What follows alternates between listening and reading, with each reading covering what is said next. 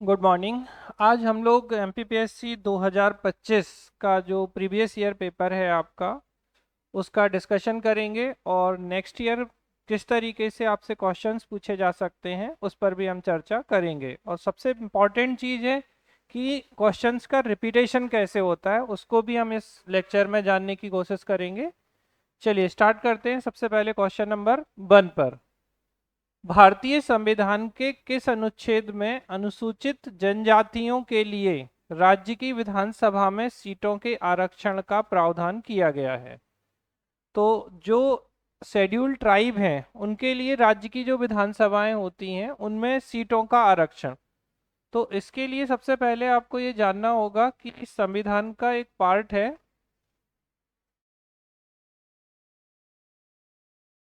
भारतीय संविधान में कुल 22 पार्ट्स हैं। इनका पार्ट जो 16 है, पार्ट 16 में आर्टिकल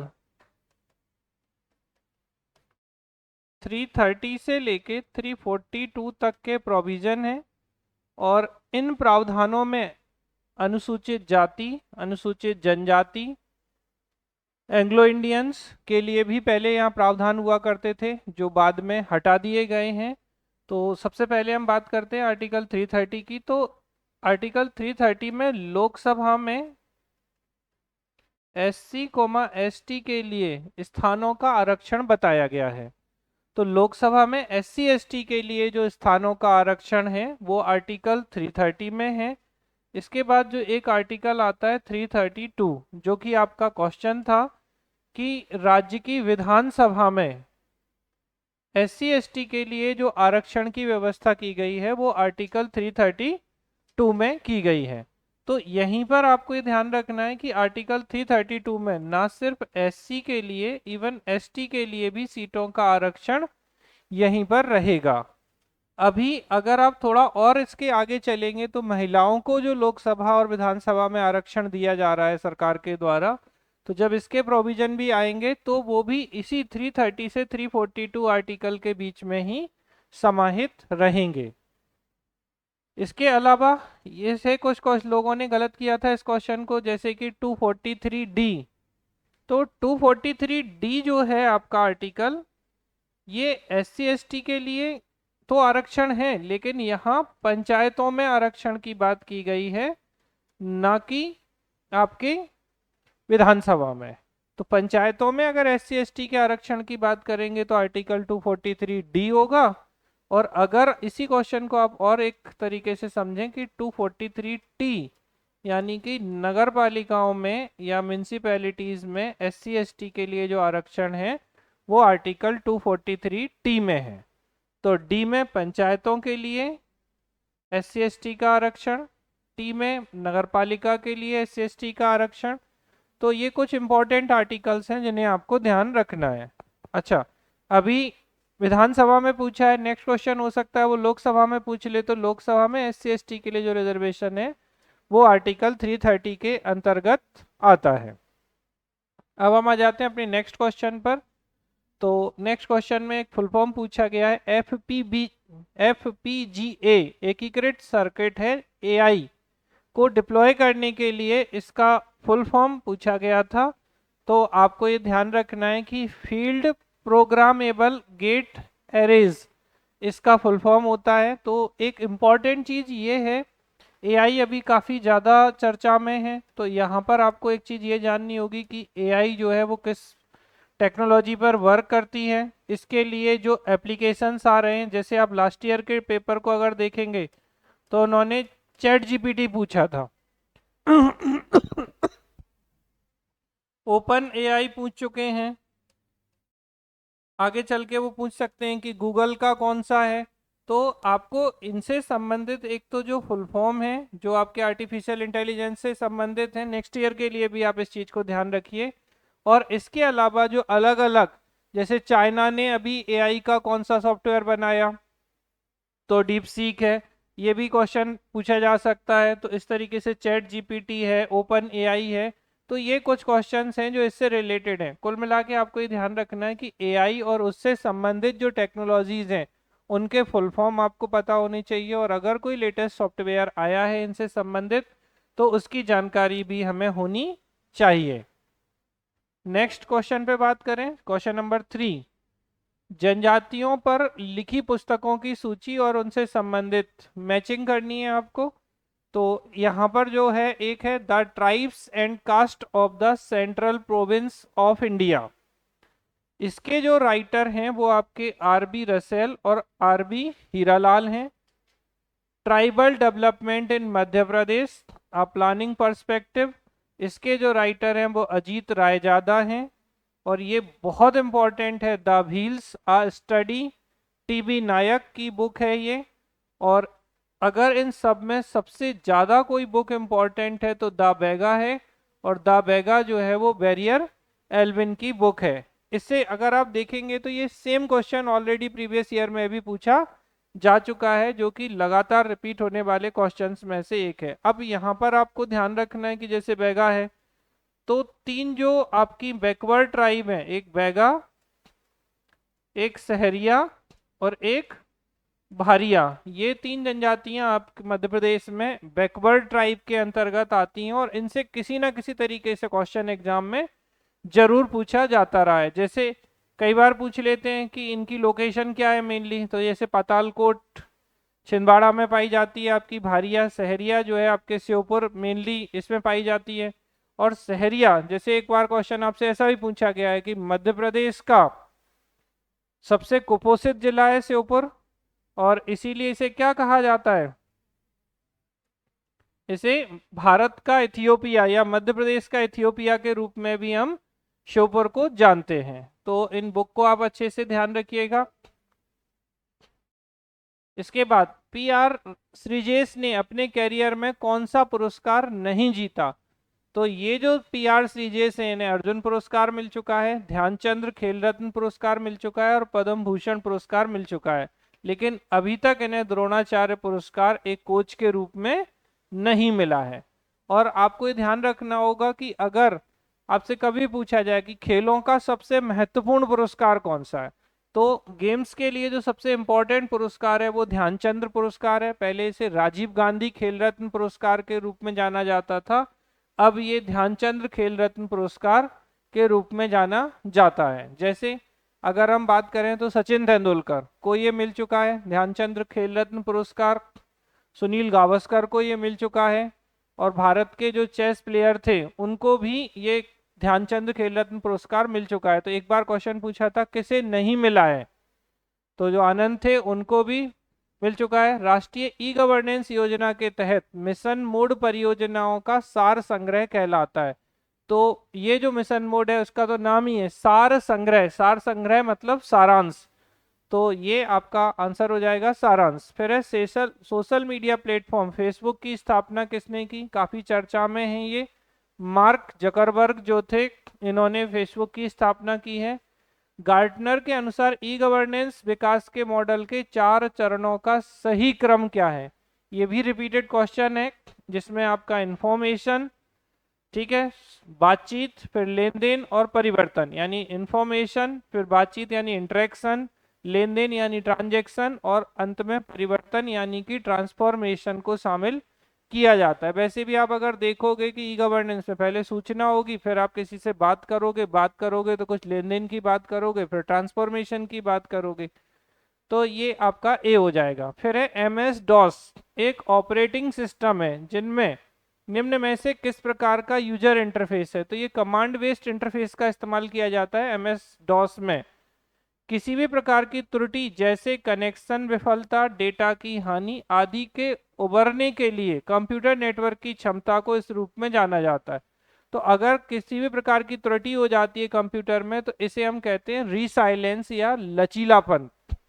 तो रीसाइलेंस के माध्यम से अपनी जो भी विफलता हुई है, जैसे मान लो कनेक्शन फेल हो गया है या डेटा का लॉस हो गया है, तो उसको सुधार करने के लिए होता है रीसाइलेंस, मतलब हम पुरानी स्थिति में दोबारा से आ जाएंगे, लचीलापन दिखाएंगे। फिर 2023-24 में मध्य प्रदेश में कुल कितनी बड़ी और मध्यम एकीकृत आदिवासी विकास परियोजनाएं अस्तित्व में हैं। तो इनकी संख्या है 31। आपको ये अच्छे से ध्यान रखना होगा, सीधा सीधा रिपीट क्वेश्चन है ये। कौन सी पुस्तक केशव दास द्वारा नहीं लिखी गई है। अब केशव दास की जो रचनाएं हैं, रामचंद्रिका, कवि प्रिया और रतन बावनी, ये तीनों हैं। राम रसायन इनकी बुक नहीं है। मध्य प्रदेश में मातंगेश्वर मंदिर, ये भी आपका रिपीट क्वेश्चन है। मातंगेश्वर मंदिर भगवान शिव को समर्पित है और ये खजुराहो में स्थित है। मांडू धार में है, चित्रकूट सतना में है और त्रिपुरी जबलपुर में। त्रिपुरी में आपका त्रिपुर सुंदरी का मंदिर है और चित्रकूट में शारदा देवी का मंदिर है। और मांडू को हम क्या कहते हैं, तो मांडू को सिटी ऑफ जॉय या आनंद की नगरी के रूप में जाना जाता है। और मांडू में राजा जो थे बाज बहादुर और इनकी पत्नी रूपमती थी, इसीलिए इनके लिए यहाँ पर रूपमती महल जो है वो बनाया गया था। कौन सी पुस्तक राजशेखर द्वारा नहीं लिखी गई है, तो राजशेखर कलचुरी वंश के शासकों के दरबार में रहा करते थे। काव्य मीमांसा, कर्पूर मंजरी और विद्यसाल भंजिका, ये तीनों इनकी बुक है। प्रबंध चिंतामणि इनकी बुक नहीं है। इसके बाद नेक्स्ट है, किस क्षेत्र में मनसुखा लोकनाट्य जो है, तो मनसुखा बघेलखंड का काफी प्रचलित लोकनाट्य है। आलाखंड, आलाखंड के लेखक जगनिक हैं। जगनिक जो हैं वो आपके अच्छे से आपको यहाँ ध्यान रखना है कि आलाखंड के अलावा इनकी एक और इम्पोर्टेंट रचना है, वो है परिमल राशो।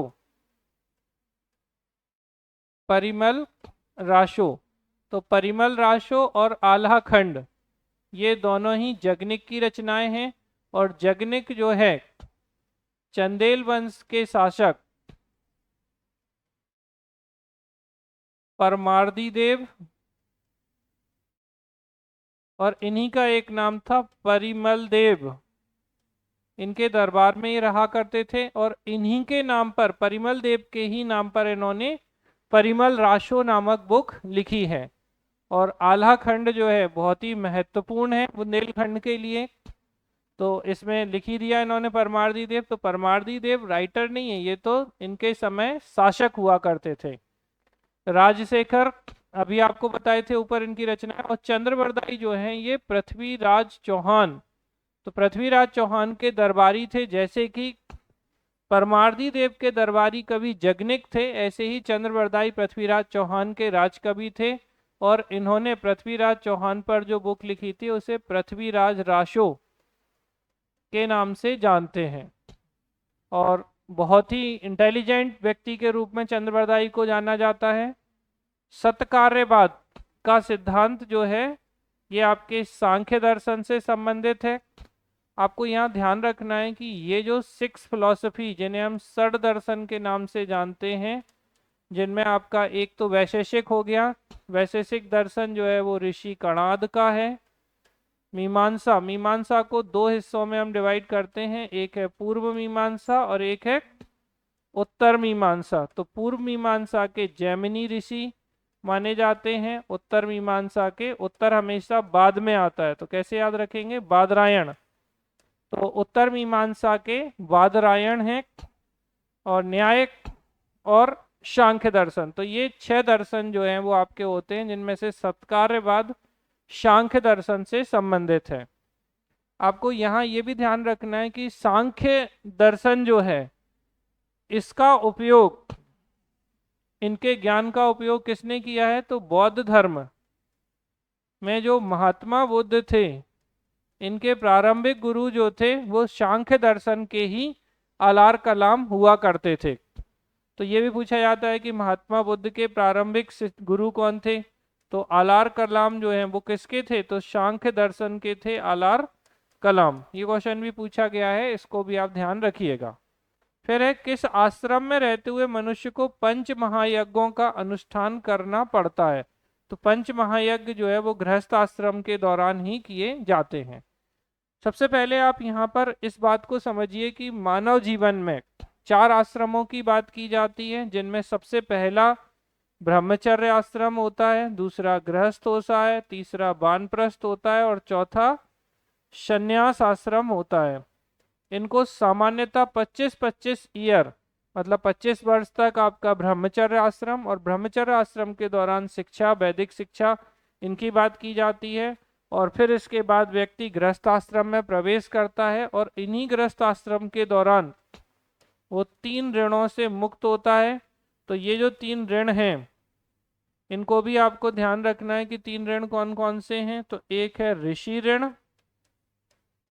एक है देव ऋण, और एक होता है पितृ ऋण।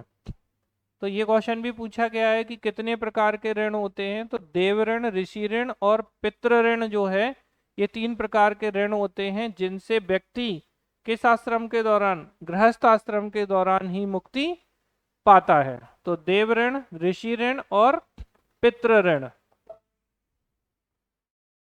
नेक्स्ट क्वेश्चन पे बात करें तो क्वेश्चन नंबर 18, 2011 की जनगणना के अनुसार कौन से जिले की जनसंख्या की दशकीय वृद्धि दर सर्वाधिक है। तो मध्य प्रदेश में जो सर्वाधिक डिकेडल ग्रोथ रेट है वो इंदौर की रही है। और आप इसे ऐसे भी याद रखिए कि मध्य प्रदेश का सर्वाधिक जनसंख्या वाला जिला इंदौर है, और इसकी सर्वाधिक जनसंख्या वृद्धि या दशकीय वृद्धि जो है सर्वाधिक रही है।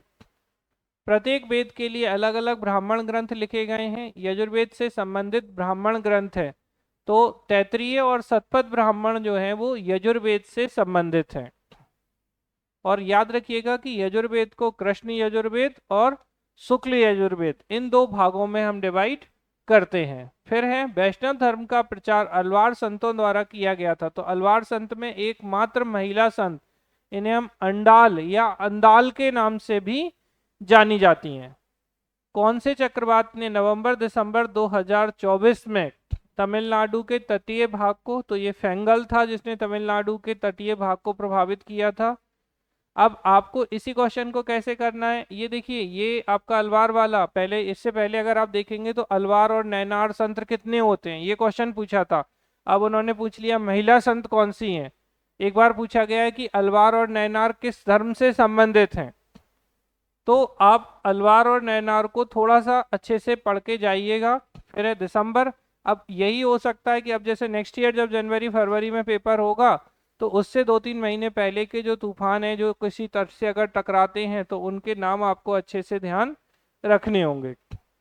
फिर है 2001 से 11 के बीच में किस राज्य की जनसंख्या वृद्धि दर भारत में सर्वाधिक रही है। तो 2001 से 11 के बीच में मेघालय की जो जनसंख्या वृद्धि दर है ये बहुत ज़्यादा रही है। तो ऐसे समझ लो मेघ ऊपर होते हैं, बादल तो ऊपर है, मतलब बहुत ज़्यादा है। और नागालैंड, नाग जमीन में होते हैं, तो नागालैंड की नेगेटिव ग्रोथ रेट रही है, जबकि मेघालय की सर्वाधिक ग्रोथ रेट रही है। तो अगर आपसे क्वेश्चन जैसे एक बार पूछा गया है कि किस राज्य की जनसंख्या वृद्धि दर नकारात्मक रही है, तो नेगेटिव किसकी रही है, नागालैंड की। जबकि सर्वाधिक जनसंख्या वृद्धि दर जो रही है वो मेघालय की रही है। इसके बाद मार्च 2023 तक भारत में कौन से राज्य में सौर ऊर्जा की सर्वाधिक स्थापित क्षमता सर्वाधिक थी। तो 2023 मार्च तक की बात की जा रही है, तो उसमें राजस्थान में जो सौर ऊर्जा क्षमता है वो सर्वाधिक है।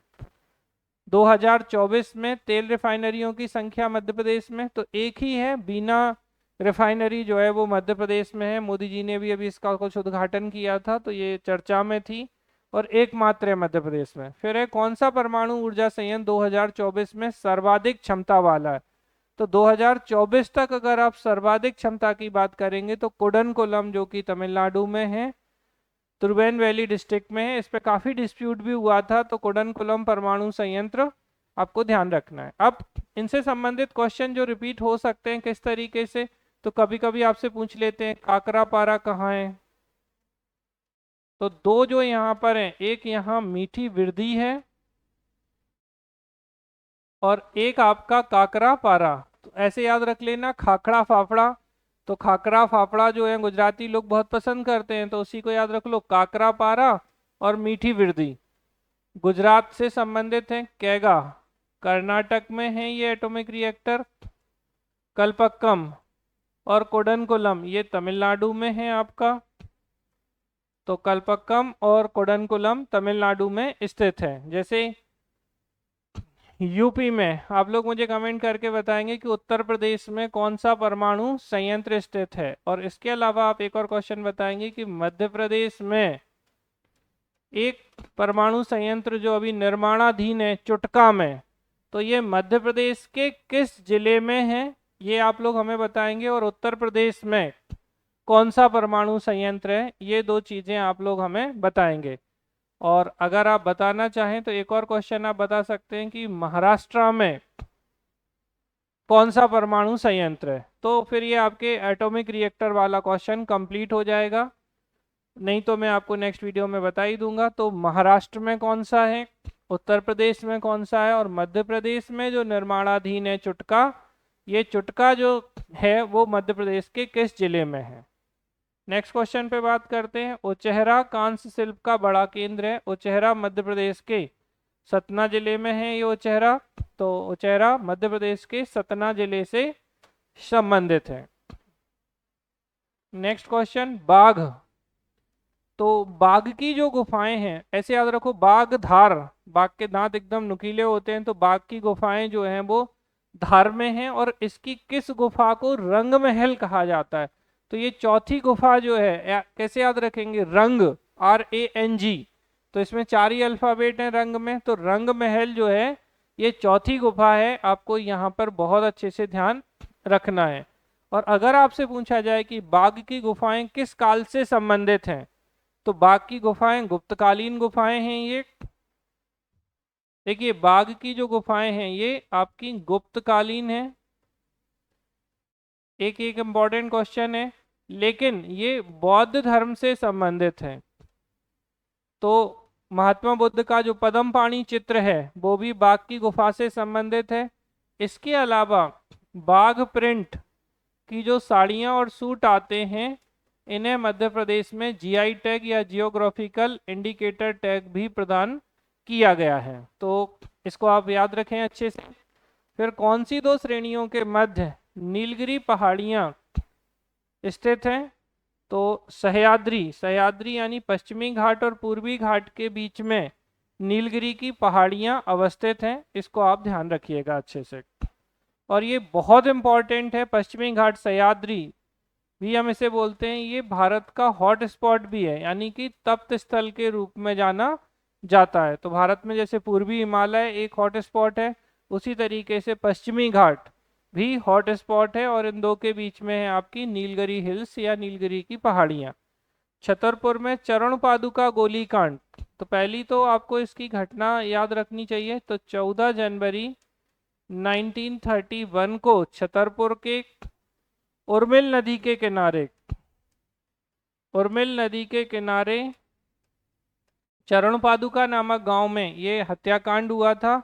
और इससे पहले अगर आप देखें तो इसमें इससे पहले क्वेश्चन पूछा गया था कि मध्य प्रदेश का जलियांवाला बाग, मध्य प्रदेश का जलियांवाला बाग हत्याकांड किसे कहा जाता है, तो मध्य प्रदेश का जलियांवाला बाग हत्याकांड चरण पादुका नरसंहार को कहा जाता है, जो 14 जनवरी 1931 को उर्मिल नदी के किनारे चरण पादुका गांव में हुआ था। और इस दौरान जो ब्रिटिश अधिकारी थे GT फिशर, इन्होंने गोलियां चलाई थी। तो ये क्वेश्चन भी पूछा गया है, अच्छे से आप ध्यान रखिएगा। 3 जलियांवाले बाग हत्याकांड हैं, एक तो है मध्य प्रदेश का जलियांवाला बाग हत्याकांड, एक भारत में हुआ था अमृतसर में 13 अप्रैल 1919 को। तो 13 अप्रैल 1919 को जलियांवाला बाग अमृतसर में जलियांवाला बाग हत्याकांड हुआ। इसके अलावा एक भोपाल का जलियांवाला बाग हत्याकांड है जो 14 जनवरी 1949 को हुआ था। इसे हम भोपाल के जलियांवाला बाग हत्याकांड के नाम से जानते हैं। और इस दौरान आपको ये ध्यान रखना है कि बोरास घाट रायसेन में ये जलियांवाला बाग हत्याकांड हुआ था, जिसे हम भोपाल के जलियांवाला बाग हत्याकांड के रूप में जानते हैं। और यहाँ पर जो गोलियां चलाई थी वो हमीदुल्ला खां जो नवाब थे, उनके जो सैन्य अधिकारी थे जफर अली, इन्होंने गोलियां चलाई थी। जबकि 13 अप्रैल 1919 को अमृतसर में जो जलियांवाला बाग हुआ है उसमें जो गोलियां चलाई हैं वो रेगिनोल्ड डायर, तो R डायर जो था उसने गोलियां चलाई हैं। पॉज कर दो। तो रेगिनोल्ड डायर जो था वहां पर गोलियां चलाई थी 13 अप्रैल 1919 को जलियांवाले। तो हम लोग बात कर रहे थे क्वेश्चन नंबर 39 पे। तो आपको ये ध्यान रखना है कि जो भी जलियांवाले बाग हत्याकांड हुए हैं, तो पहला जो 13 अप्रैल 1919 को हुआ है ये आपका अमृतसर में हुआ है, जो कि रॉलेट एक्ट के विरोध में डॉक्टर सत्यपाल और सैफुद्दीन किचलू की गिरफ्तारी के विरोध में हुआ था। इसके बाद अगर हम देखें तो 14 जनवरी 1931 को अमृतसर नहीं है, ये छतरपुर के उर्मिल नदी के किनारे चरण पादुका नामक जगह पर जो हत्याकांड हुआ, इसे हम मध्य प्रदेश का जलियांवाला बाग हत्याकांड के रूप में जानते हैं। और तीसरा जो जलियांवाला बाग हत्याकांड है ये भोपाल का है, जो कि 14 जन 1949 को, तो 14 जनवरी 1949 को हुआ है। और ये आपके भोपाल के बेसिकली बोरास घाट, उस समय भोपाल रियासत के अंतर्गत आता था, रायसेन का बोरास घाट, जहां पर हुआ था और जफर अली ने यहां पर गोलियां चलाई थी। नेक्स्ट क्वेश्चन की बात करते हैं। क्वेश्चन नंबर 30, टुरिया जंगल सत्याग्रह का नेतृत्व किसने किया? तो टुरिया जंगल सत्याग्रह का जो नेतृत्व है वो मूका लोहार ने किया था। कई लोग इसे गंजन सिंह कोरकू करके आए होंगे, तो आपको यहाँ ध्यान रखना है कि गंजन सिंह कोरकू का जो सत्याग्रह है वो घोड़ा डोंगरी है, ना कि टुरिया जंगल सत्याग्रह। तो घोड़ा डोंगरी में गंजन सिंह कोरकू, बंजारी सिंह कोरकू थे, जबकि मूका लोहार और इसमें अगर आप देखें तो मुख्य रूप से दुर्गा शंकर मेहता, तो दुर्गा शंकर मेहता और लोहार ने टुरिया जंगल सत्याग्रह का नेतृत्व किया था। और टुरिया जो है वो सिवनी में है, जबकि घोड़ा डोंगरी बैतूल में स्थित है। फिर नेक्स्ट क्वेश्चन है, विधि और न्याय मंत्रालय भारत सरकार द्वारा भारत के राजपत्र को प्रकाशित the biological diversity amendment act 2023 किस दिनांक को प्रकाशित किया था? तो ये 3 अगस्त 2023 को प्रकाशित किया गया था। National disaster response force academy, ये आपकी नागपुर में है, national disaster response force academy, इसको आप ध्यान रखिएगा अच्छे से।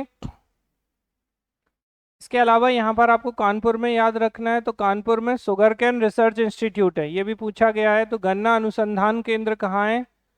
तो आपको ये ध्यान रखना है, शुगर कैन नहीं, sugar research institute, sugar cane तो लखनऊ में है, तो कानपुर में शक्कर अनुसंधान केंद्र स्थित है।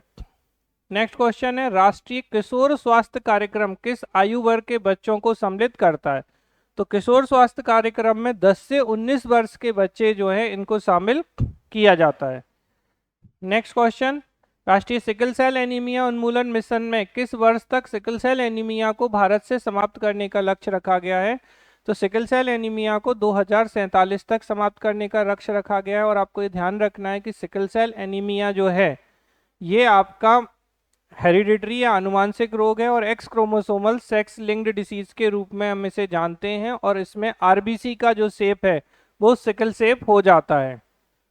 और इस सिकल सेल एनीमिया का एक फायदा भी होता है कि जिन लोगों को, जैसे अफ्रीका की बांटू जनजाति में ये काफ़ी कॉमनली पाया जाता है और उन्हें मलेरिया नहीं होता है। तो ये क्वेश्चन भी पूछा जा चुका है। एक जिला एक उत्पाद के अंतर्गत छतरपुर में लकड़ी के फर्नीचर महत्वपूर्ण है ये। और आपको ये ध्यान रखना है कि इस पे लगभग हर साल प्रश्न आ रहे हैं। तो एक जिला एक उत्पाद की जो पूरी लिस्ट है आपकी, कि मध्य प्रदेश के भोपाल का ये, इंदौर का ये, तो अलग अलग जिलों का जो एक जिला वो डीओपी या वन डिस्ट्रिक्ट वन प्रोडक्ट जो है, इसको आपको बहुत अच्छे से ध्यान रखना है। फिर 18वीं लोकसभा स्पीकर 2024-25 के लिए गठित संसदीय समिति के अध्यक्ष में से कौन सा गलत है? तो प्राक्कलन समिति के वैजयंत पांडा, ये गलत दिया हुआ है, बाकी जो आंसर्स हैं वो सही हैं, लोक लेखा समिति और इन सब के। फिर 2023 में होंगझू चीन में हुए एशियाई खेलों में स्वर्ण पदक विजेताओं में कौन सा एथलीट खेल युग्म गलत है? तो अन्नू रानी 100 मीटर स्प्रिंट में, ये गलत दिया हुआ है। फिर किसी राज्य को विशेष दर्जा देने के लिए कौन सा पैरामीटर स्वीकार नहीं किया जाता? तो एससी और एसटी की जो बड़ी आबादी है इसको शामिल नहीं करते। अगर यहाँ एससी आप हटा दोगे तो फिर ये आंसर भी सही हो जाएगा। ये ऑलरेडी रिपीट क्वेश्चन है उत्तर प्रदेश पीएससी का। तो पहाड़ी व कठिन भूभाग, कम जनसंख्या घनत्व और अंतर्राष्ट्रीय सीमाओं के साथ रणनीतिक स्थान, ये तीनों चीज़ों को विशेष राज्य में शामिल किया जाता है। जनजाति गौरव दिवस, तो जनजाति गौरव दिवस जो है बिरसा मुंडा जी के जन्म दिवस को मनाते हैं। कौन सा देश और भारत के साथ संयुक्त अभ्यास का युग्म गलत है? तो थाईलैंड युद्ध अभ्यास हम यूएसए के साथ करते हैं, ये गलत दिया हुआ है। डेटा सुरक्षा प्रबंधन का सिद्धांत जो ग्राहकों और संगठन को डेटा की अवैध पहुंच और प्रयोग से सुरक्षित करने हेतु उपयोग की जाने वाली प्रक्रियाओं, नीतियों और नियंत्रण को शामिल करता है, उसे कॉन्फिडेंशियलिटी कहा जाता है। सीधी बात है कि ग्राहकों की जो भी जानकारी है, जो इन्फॉर्मेशन है वो किसी और तक ना जाए, इसके लिए क्या रखा जाता है, तो उसे कॉन्फिडेंशियल रखा जाता है। तो ये घटना क्या कहलाती है, कॉन्फिडेंशियलिटी कहलाती है। T20 विश्व कप के संबंध में गलत कथन है, दक्षिण अफ्रीका में खेला गया था, नहीं ये बिल्कुल गलत है। इसके बाद रानी दुर्गावती की 500वीं जयंती मनाने के लिए कई पहल की, कौन सा सही है, तो रानी दुर्गावती अन्य प्रोत्साहन योजना और रानी दुर्गावती स्मारक एवं उद्यान का निर्माण, ये दोनों इस समय घोषणाएं की गई थी, जबकि जनजाति महिला कल्याण बोर्ड बनाने की बात और रानी दुर्गावती पर सार्वजनिक अवकाश, ये दोनों ही बातें नहीं की गई थी। तो इस क्वेश्चन का आंसर 1 और 2 हो जाएगा। फिर 2023 के लिए मध्य प्रदेश सरकार का प्रतिष्ठित किशोर कुमार सम्मान राजकुमार हिरानी जी को मिला हुआ है। ये 2023 के लिए किशोर कुमार सम्मान। नेक्स्ट, अंतर्राष्ट्रीय पर्यटन दिवस 27 सितंबर 2000, मध्य प्रदेश के 3 गांवों को भारत सरकार के मंत्रालय ने उत्कृष्ट पर्यटन की मान्यता दी, कौन सा इसमें नहीं है, तो प्राणपुर, सावरबानी और लाड़पुरा खास इसमें शामिल किया गया है, घोघरा को इसमें शामिल नहीं किया गया है। राष्ट्रीय अंतरिक्ष दिवस 23 अगस्त को मनाते हैं। भारत सरकार ने पर्यावरण की गुणवत्ता और सुधार के लिए पर्यावरण संरक्षण अधिनियम 1986 का है। आपको यहाँ ध्यान रखना होगा कि जो पर्यावरण से संबंधित अधिनियम है, जिनमें 1971 का रामसर, 1972 का वन्यजीव संरक्षण अधिनियम, 1973 में प्रोजेक्ट टाइगर या बाघ परियोजना, 1974 में जल प्रदूषण निवारण एवं नियंत्रण अधिनियम, 1980 का वन संरक्षण अधिनियम, 1981 का वायु प्रदूषण अधिनियम, 1986 का पर्यावरण संरक्षण अधिनियम और 1987 का मॉन्ट्रियल प्रोटोकॉल, 1997 का क्योटो प्रोटोकॉल। ये क्वेश्चंस आपके एग्जाम में बहुत आते हैं, अगली बार भी इससे क्वेश्चंस बनने की पूरी पॉसिबिलिटी होती है, तो इनको आप ध्यान रखिएगा। फिर है समुदायों का वह संपूर्ण क्रम जो किसी दिए गए क्षेत्र में क्रमिक रूप से बदलता है कहलाता है। Entire sequence of communities that successively change in A given area is called, तो इसे सीरे कहा जाता है या क्रमक कहा जाता है। 11-12 से 23-24 तक चालू कीमतों पर प्रति व्यक्ति आय कितनी बढ़ी है मध्य प्रदेश में, तो ये लगभग आपकी 4 गुना बढ़ी है, आंसर सी हो जाएगा। भारतीय पेट्रोलियम संस्थान देहरादून में स्थित है, क्वेश्चन नंबर 50। एडोब फोटोशॉप किस प्रकार के सामान्य प्रयोजन एप्लीकेशन सॉफ्टवेयर का एक उदाहरण है, तो ग्राफिक्स सॉफ्टवेयर और मल्टीमीडिया सॉफ्टवेयर। ये आंसर एमपीपीएससी की जो फाइनल आंसर की आई है उसमें इन दोनों को दिया है और दोनों ही सही है। तो ग्राफिक्स और मल्टीमीडिया दोनों ही सॉफ्टवेयर इनके अंतर्गत आते हैं। आईसीएमआर राष्ट्रीय जनजाति स्वास्थ्य अनुसंधान संस्थान मध्य प्रदेश के जबलपुर शहर में स्थित है। शंकर शाह रघुनाथ शाह, तो शंकर शाह और रानी दुर्गावती पुरस्कार योजना दिए जाने का उद्देश्य क्या है, तो 10वीं और 12वीं की परीक्षाओं में जो मेधावी स्थान पाने वाले विद्यार्थी हैं उन्हें प्रोत्साहित करने के लिए ये योजना शुरू की गई थी। 23/12/2017 को आहार अनुदान योजना किस जनजाति समुदाय के, तो विशेष पिछड़े जनजाति समुदाय के लिए कुपोषण को दूर करने के लिए ये योजना शुरू की गई थी। एक मेलवेयर जो वैध सॉफ्टवेयर की तरह दिखता है और एक बार जब यह उपयोगकर्ता को बहलाकर इसे इंस्टॉल करवा देता है तो काफी हद तक वायरस या वर्म की तरह कार्य करता है, जिसे हम कहते हैं ट्रोजन। भारतीय संविधान के किस अनुच्छेद के अंतर्गत राष्ट्रपति राज्य विशेष की अनुसूचित जनजातियों के लिए लोक अधिसूचना जारी करता है, तो आर्टिकल 352 के अंतर्गत लोक अधिसूचनाएं जो है वो जारी की जाती हैं। फिर कौन सा गैर लाभकारी संगठन भारत में रोबोटिक्स और ऑटोमोशन के मानक स्थापित करने के लिए शीर्ष निकाय है, तो इसे हम कहते हैं all India council for robotics and automation.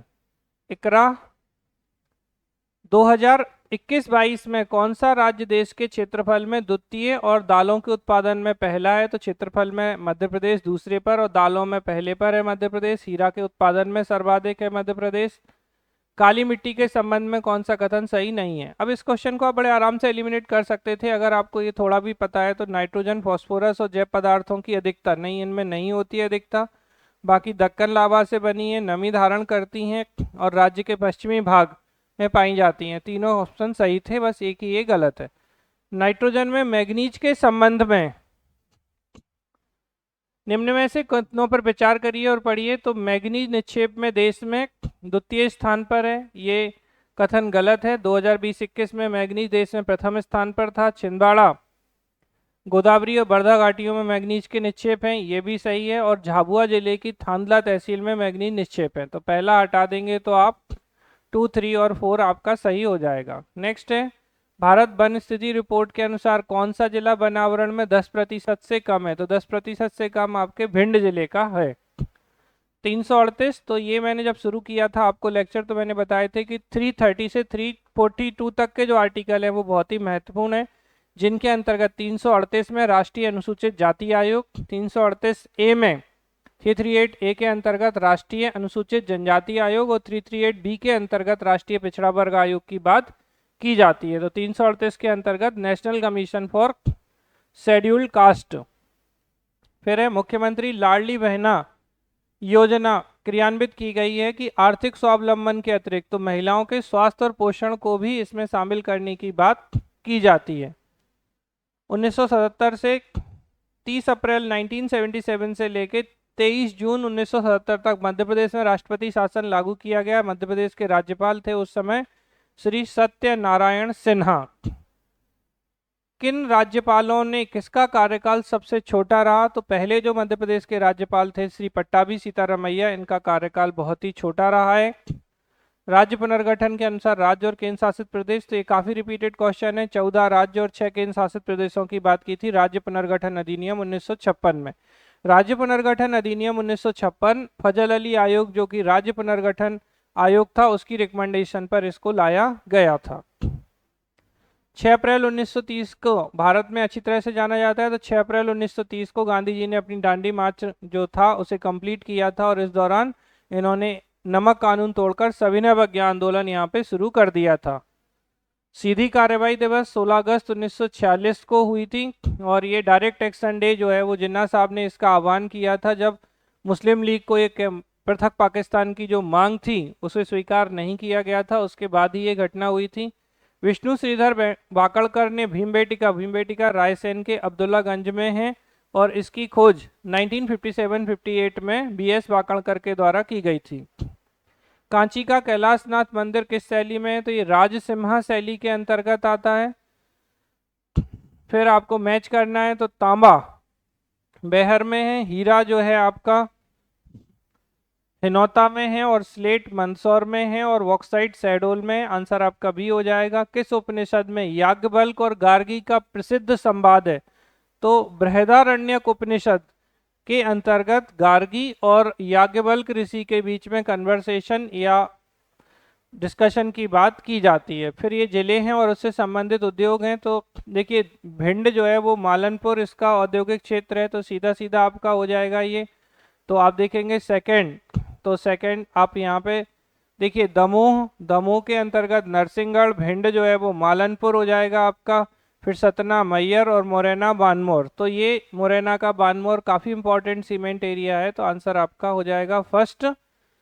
और फिर इसके बाद महान एल्यूमिनियम प्लांट के संबंध में बात की गई है। तो सिंगरौली जिले के बरगवा के निकट महान एल्यूमिनियम प्लांट अवस्थित है। एक 2013 से प्रारंभ हुआ। 2 इसका कुल उत्पादन का 80% निर्यात करता है, तो ये गलत है, 80% निर्यात ये नहीं करता है। और स्मेल्टिंग के लिए फ्रांसीसी तकनीक का उपयोग किया जाता है, सही है। तो आंसर हो जाएगा 1, 2 और 4। छिंदवाड़ा जिले के पातालकोट क्षेत्र में कौन सी जनजाति? तो अभी मैंने कहा था कि 3 पिछड़ी जनजातियां हैं, भारिया, सहरिया और बेगा। तो उनमें से भारिया जो है वो पातालकोट के क्षेत्र में पाई जाती है। कौन कमजोर या विशेष रूप से कमजोर जनजातियों के अंतर्गत नहीं आते? तो ये 3 हैं, सहरिया, बैगा और भारिया आती हैं। असुर इसके अंतर्गत नहीं आते हैं। 2024 के पद्म विभूषण प्राप्तकर्ता कौन नहीं है? वैजंती माला, चिरंजीवी, एम वेंकैया नायडू। तो ये सब हैं आपके, AR रहमान 24 में नहीं है। फिर है नेक्स्ट क्वेश्चन, प्रदेश में अधिकांश वर्षा मानसून में होती है, सही है। शीतकाल में वायु की गति ग्रीष्मकाल में और वर्षा ऋतु की अपेक्षा तीव्र होती है। तो भाई ये सरासर गलत स्टेटमेंट है, क्योंकि शीतकाल में वर्षा की गति या वायु की गति कभी भी तेज नहीं हो सकती है, तो वर्षा में ज़्यादा होगी तभी तो बारिश होती है। तो सेकंड गलत कर देंगे, तो आंसर 1, 3 और 4 हो जाएगा। इसके बाद नदियां और उनसे संबंधित नगर हैं, तो बेतवा, ओरछा, ओरछा आप जानते हैं भगवान राम राजा मंदिर जो है यहाँ पर स्थित है, और ओरछा में ही जहांगीर महल का निर्माण कराया गया था बीर सिंह बुंदेला के द्वारा, और जहांगीर के कहने पर ही बीर सिंह बुंदेला ने अबुल फजल की हत्या कर दी थी। फिर इसके बाद हम देखते हैं तो ताप्ती, ताप्ती मुल्ताई, और छिप्रा उज्जैन, और बैनगंगा बालाघाट। तो आंसर हो जाएगा आपका डी। 6 से 14 वर्ष के बच्चों के लिए निःशुल्क और अनिवार्य शिक्षा, तो 86वें संविधान संशोधन 2002 के माध्यम से 6 से 14 वर्ष के बच्चों के लिए निःशुल्क और अनिवार्य शिक्षा की बात की गई है। आर्टिकल 21A में इसे शिक्षा का अधिकार भी बताया गया है। इसके बाद आधारभूत ढांचे का सिद्धांत किस बाद में, तो ये केशवानंद भारती बनाम केरला राज्य में आधारभूत ढांचा या बेसिक स्ट्रक्चर की सबसे पहले बात की गई थी, जो कि 1973 का केस है। और संपत्ति के अधिकार को किस रूप में स्वीकार किया गया है, तो वर्तमान में संपत्ति का अधिकार जो है एक लीगल राइट या कानूनी अधिकार है। इससे पहले संपत्ति का अधिकार जो आर्टिकल 19(1)(f) और आर्टिकल 31 के अंतर्गत आता था, जिसे 44वें संविधान संशोधन 1978 के माध्यम से 300A के अंतर्गत शामिल कर दिया गया है, और अब इसे कानूनी अधिकार के रूप में मान्यता दी गई है। उच्चतम न्यायालय और उच्च न्यायालय के न्यायाधीशों की नियुक्ति के प्रावधानों को भारतीय संविधान में कमेटी 1945 की प्रकाशित अनुशंसाओं को ध्यान में रखते हुए समाविष्ट किया गया था। तो ये तेज बहादुर सप्रू जो थे, इनकी कमेटी की रिकमेंडेशन के आधार पर ये प्रावधान जोड़ा गया था। और आपको ध्यान रखना होगा यहाँ पर कि तेज बहादुर सप्रू और डॉक्टर BR अम्बेडकर ये दो व्यक्तित्व हैं जिन्होंने तीनों गोलमेज सम्मेलन में भाग लिया था।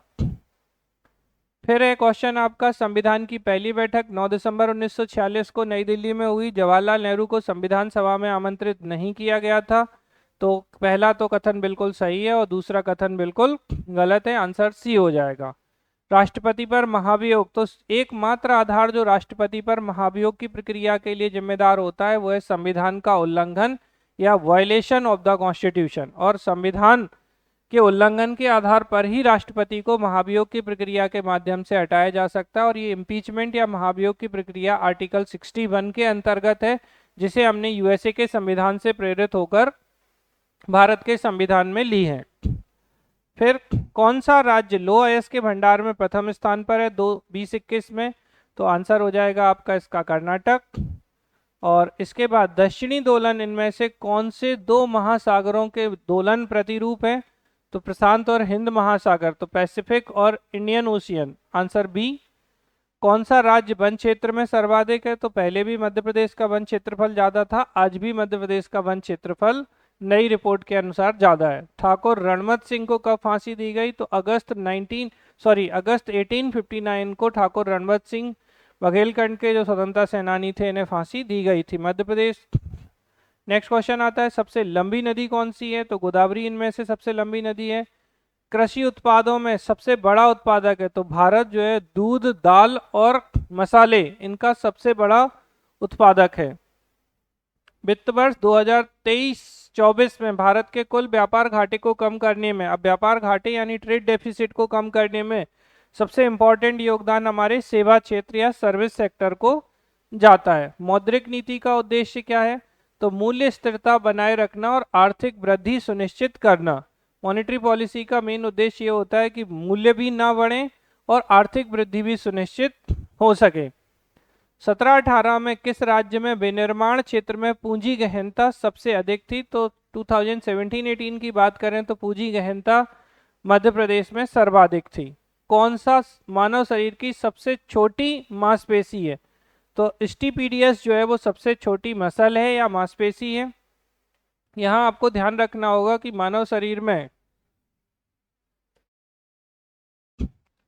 कुल जो मांसपेशियां होती हैं वो 639 होती हैं, 639 मसल्स होती हैं, इनको आप ध्यान रखिएगा। और स्टीपीडियस जो है वो सबसे छोटी मसल होती है, और इसी से जुड़ी हुई स्टेपीज या स्टेप्स जो मसल हड्डी है, ये सबसे छोटी हड्डी के रूप में होती है, जबकि फीमर सबसे बड़ी हड्डी होती है। उद्यम क्रांति योजना का मुख्य उद्देश्य, तो स्वरोजगार के लिए गारंटी रहित ऋण प्रदान करना इस योजना का सबसे महत्वपूर्ण उद्देश्य है। 23-24 में सबसे अधिक उत्पादन वाली सब्जी कौन सी थी, तो आपको ध्यान रखना है कि मध्य प्रदेश में 23-24 में टमाटर का सर्वाधिक उत्पादन हुआ है। कभी कभार इनके बॉटनिकल नेम भी आपसे पूछ लिए जाते हैं, तो आपको ये ध्यान रखना है कि जैसे आलू, आलू एक तना है, ये क्वेश्चन पूछा गया है, तो स्टेम ट्यूबर है, मतलब तने का रूपांतरण है, तो आलू तना है। आलू का बॉटनिकल नेम सोलेनम ट्यूबरोसम है, जबकि प्याज का आपको कोई जरूरत नहीं है, लेकिन प्याज जो कैसा मॉडिफिकेशन है, तो प्याज एक ऑनियन बोलते हैं जिसे हम नॉर्मली, और ये बल्ब है, जबकि आलू स्टेम ट्यूबर है। तो स्टेम में कैसा रूपांतरण है, ये ट्यूबर के रूप में होता है। ये क्वेश्चन आपसे पूछे गए हैं।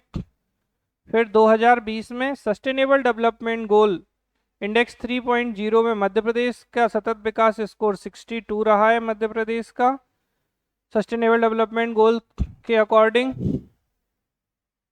और इसके बाद 99 क्वेश्चन, 2023-24 में मध्य प्रदेश सरकार के कुल व्यय बजट का कितना प्रतिशत शिक्षा के क्षेत्र में आवंटित किया गया है, तो 12.22% जो है इसके लिए आवंटित किया गया है। राष्ट्रीय पृथ्वी विज्ञान अध्ययन केंद्र किस राज्य में स्थित है, तो राष्ट्रीय पृथ्वी विज्ञान अध्ययन केंद्र केरल राज्य में स्थित है। तो इस तरीके से हमारे ये 100 क्वेश्चंस जो अभी आपको 16 फरवरी को एग्जाम हुआ था एमपीपीएससी 2025 का, ये हमने फाइनल आंसर सीट के अकॉर्डिंग आपको इसके आंसर्स और इससे संबंधित डिस्कशन किया है। और इसके बाद भी हम इस सीरीज को कंटिन्यू रखेंगे, तो अब हम इसके बाद 2024 का पेपर, फिर 2023, तो इस तरीके से हम आपके प्रीवियस ईयर के सारे पेपर्स आपको कंप्लीट करा देंगे। चलिए, थैंक यू सो मच।